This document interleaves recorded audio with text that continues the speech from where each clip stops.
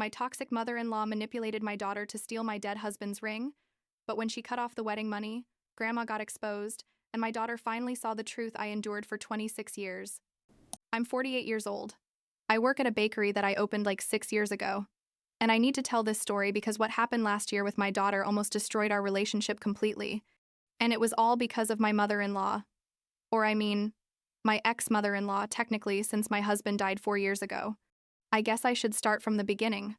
So this makes sense, because nothing that happened can be understood without knowing Margaret, David's mom, my late husband. I met David when I was 26. He was 28. And we got married after 2 years of dating. From day one. And when I say day one, I mean it literally. Margaret made it clear that I wasn't good enough for her son. I come from a working-class family. My dad was a mechanic, and my mom worked cleaning houses. While David's family had money.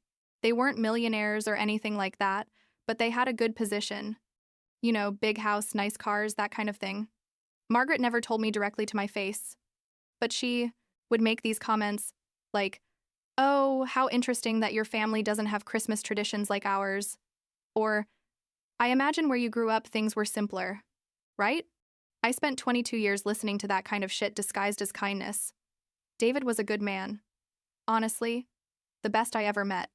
We got married in a small ceremony because I wanted something intimate, and he supported me completely, although Margaret complained for months that her son deserved a bigger and more elegant wedding. We had Emma like 2 years after we got married, and David was an incredible father, one of those who would get up at night when the baby cried, who went to all the school plays, who taught bike riding with infinite patience. He worked in finance, had a stable job, and although we didn't have money to spare, we lived comfortably. I worked part-time at an office and took care of Emma the rest of the day.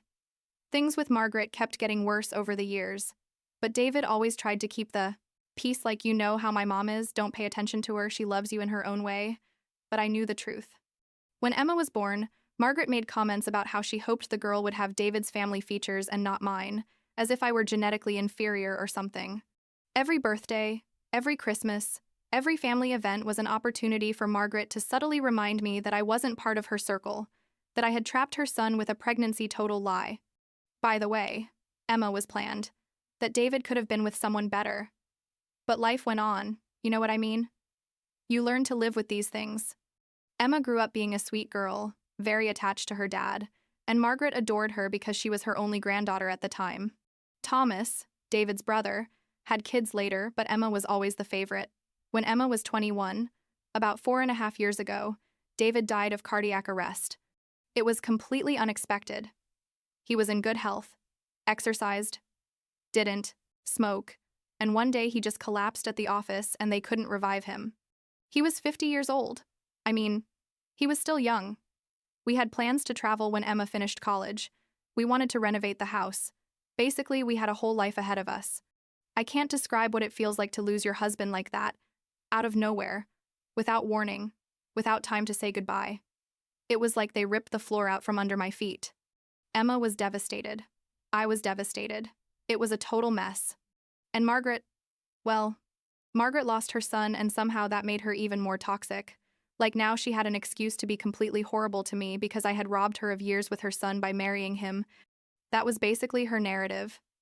At the funeral, she didn't speak to me directly even once. She spent the whole time crying with Thomas and with Emma, but she completely ignored me, as if I hadn't been married to David for 22 years. After David's death, I decided to use part of the life insurance money to open a bakery. I had always liked baking. It was something that relaxed me. And I needed a project, something to keep me busy so I wouldn't go crazy with grief. The bakery was small at first, just me and one employee. But over time it grew, and now I have 3 employees and a pretty stable business. Emma finished college, studied marketing, got a decent job, and like a year and a half ago, she met James, her now husband. Well, they just got married 2 months ago, but I'll get to that. James comes from a modest family, like mine. His dad is a plumber, and his mom is a nurse. He's a good guy, honestly, hardworking, respectful, treats Emma well, and I approved of him from the beginning. They dated for like 3 years before getting engaged, and when James finally proposed to her about 10 months ago, Emma came to my house all excited, crying with happiness, showing me the ring that honestly was modest but pretty, and I was happy for her. I really was. But then, like a week after the engagement, Emma came to visit me, and she had that look, you know, that look of, I want to ask you something, but I don't know how. We were having coffee in my kitchen. I remember it was a Saturday afternoon, and she started with, Mom, I've been thinking about something for the wedding. I told her to tell me that I was there to help her with whatever she needed. And then she dropped the bomb. She said, I want to use Dad's wedding ring, yours too, as part of my wedding ring. Maybe melt them down or redesign them into something new for me. I froze. I literally couldn't process what I had just heard. My wedding ring, the ring David put on my finger 26 years ago, the ring I haven't taken off a single day since he died, the ring that is literally the only tangible thing I have left of our marriage besides Emma. I told her no, that I was sorry, but I couldn't give her that ring, that it meant too much to me. And that's when everything went to hell. Emma got defensive, immediately, like, but Mom, Dad was my father too. I have a right to have something of his at my wedding. And I told her I understood that completely. But the ring was different. It was my ring, my symbol of my marriage to her father. She kept insisting, saying I was selfish, that Dad would have wanted her to have the ring, that what was I going to do with 2 wedding rings anyway? The argument got worse and worse. I was trying to stay calm, but she was almost yelling, and finally she left my house slamming the door. Like 2 days passed and I got a call from Margaret. We hadn't talked in months. Basically, since David's funeral, we only saw each other at family events and kept our distance. But there she was, calling me to tell me that Emma had told her about the ring and that she thought I was being ridiculously selfish. She told me, literally, Sarah, that ring belongs to David's family. Technically, it should stay in the family, and Emma is family. You were just the wife. You were just the wife. Can you believe it? As if 22 years of marriage meant nothing. As if I were just a temporary accessory in David's life. I hung up the phone on her. I wasn't going to stand there listening to that. But Margaret didn't stop there. She called Emma and basically filled her with poison, telling her I had never been a good wife to David anyway, that I had always been selfish, that David deserved something better. And Emma, who had always had a complicated relationship with Margaret but who since David's death had gotten closer to her looking for that family connection, started to believe her. Emma came back to my house like a week later, but this time she didn't come to apologize or have a civilized conversation. She came with Margaret. The 2 of them showed up at my door on a Tuesday afternoon. I had just gotten home from the bakery. I was tired. And there they were, like a united front. Margaret started with her speech about how David's family had traditions, that the rings should pass to the next generation, that I was being incredibly selfish by denying Emma this piece of her father. Emma just nodded at everything Margaret said, as if she had completely forgotten that I was her mother, that I had been there for her all her life. I told them no, that my answer was no and would continue to be no, and that they needed to leave my house. Margaret called me bitter, said she had always known I had a cold heart, that David had realized too late. That hurt. I'm not going to lie. It hurt a lot because David loved me until the day he died.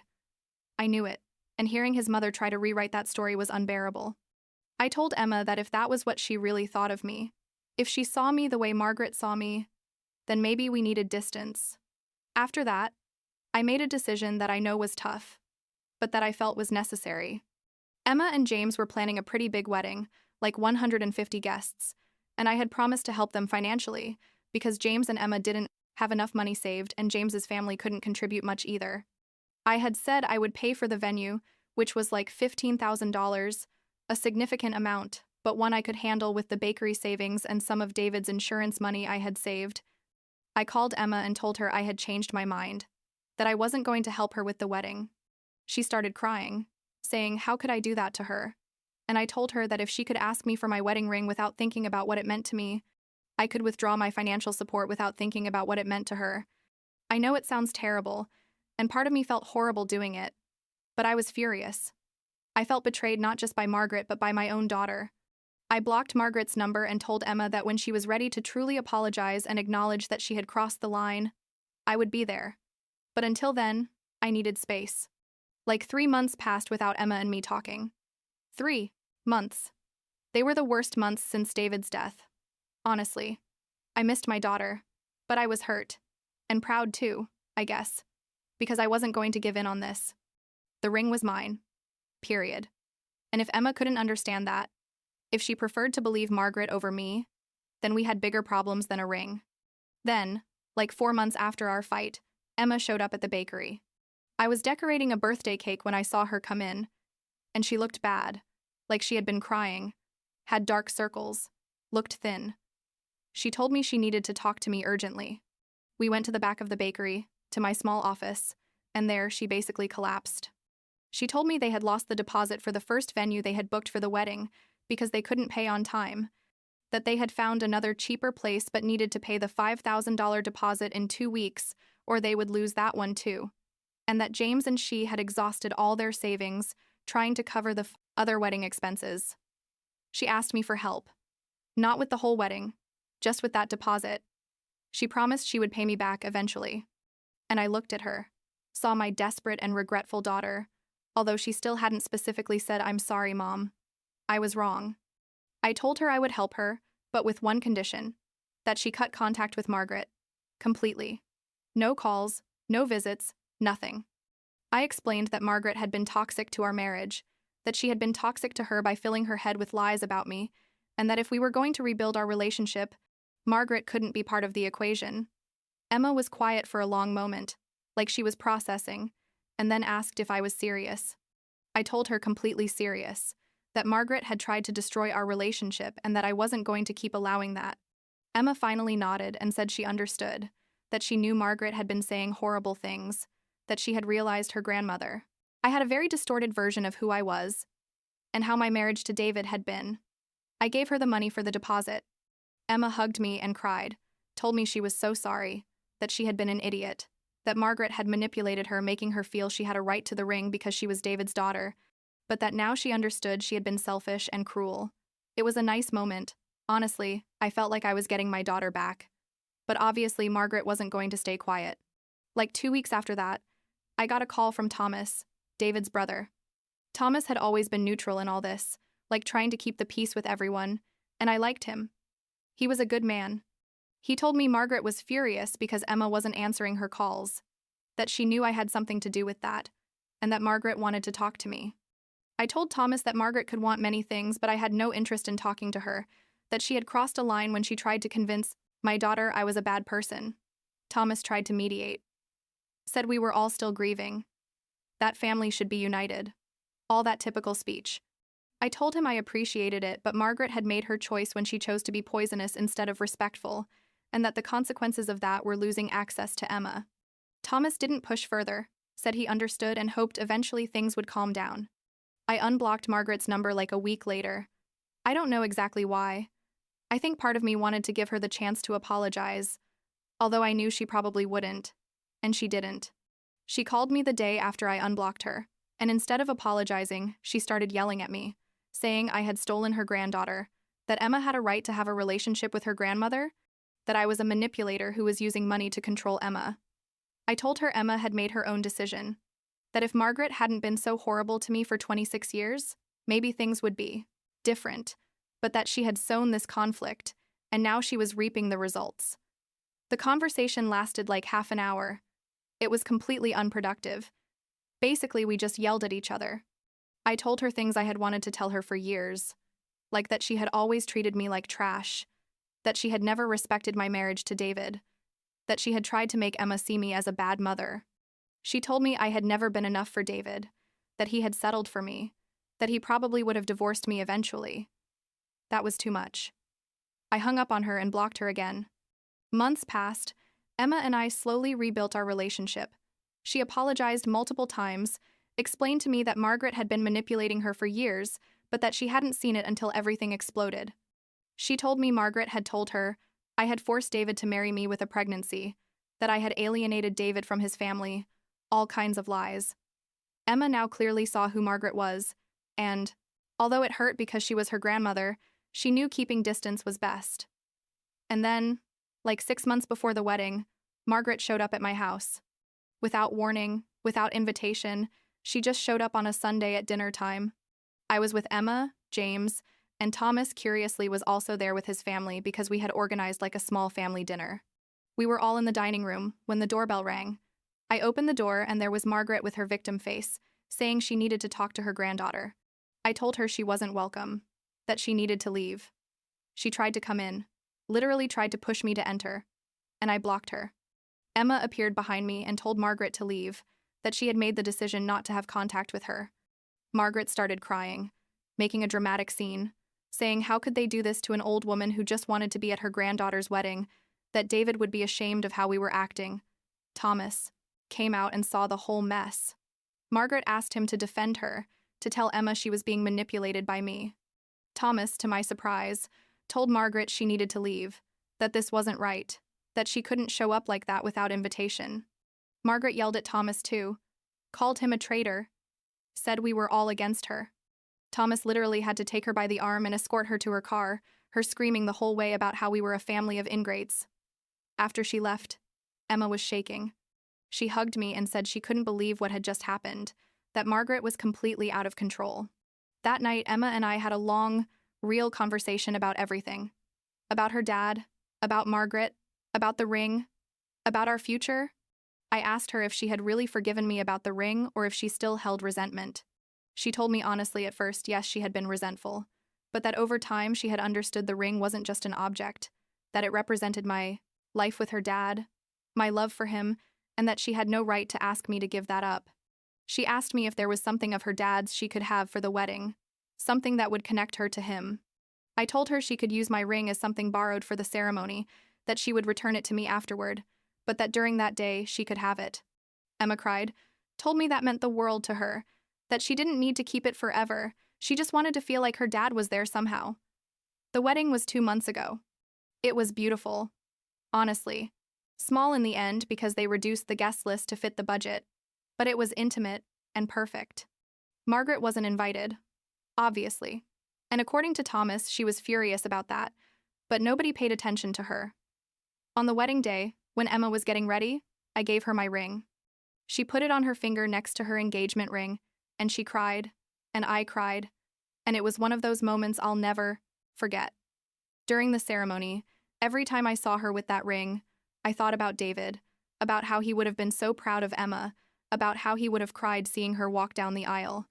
After the ceremony, Emma returned the ring to me immediately, hugged me, and said, "Thank you, Mom, for everything, for understanding, for being there, for being my mom even when I was horrible to you." Now, Emma and James are settling into their new married life. They come visit me often, and our relationship is better than ever. Honestly, Margaret has tried to contact Emma several times through social media and messages, but Emma ignores them all. Thomas tells me Margaret is bitter, that she talks badly about me to anyone who will listen, but honestly, I don't care anymore. I spent too many years worrying about what Margaret thought of me, trying to earn her approval, and I never achieved it because she never wanted to give me a chance. Sometimes I think about David and how he would have handled all this. I think he would have been on Emma's side at first, because he loved his daughter more than anything, but eventually he would have understood why the ring meant so much to me. He would have told his mom to calm down, to respect our marriage, and Margaret would have listened because he was her son. But David isn't here, and I had to fight these battles alone, and although it was difficult and painful, I think I made the right decisions. The ring is still on my finger, where it's been for 26 years. I look at it sometimes and remember the day David put it on me. I remember our life together. I remember all the good and also the difficult. It's my ring, my symbol of a love that was real and deep, and nobody has the right to take it from me, not even my own daughter, although I love her with all my heart. And she understands now. She finally understands.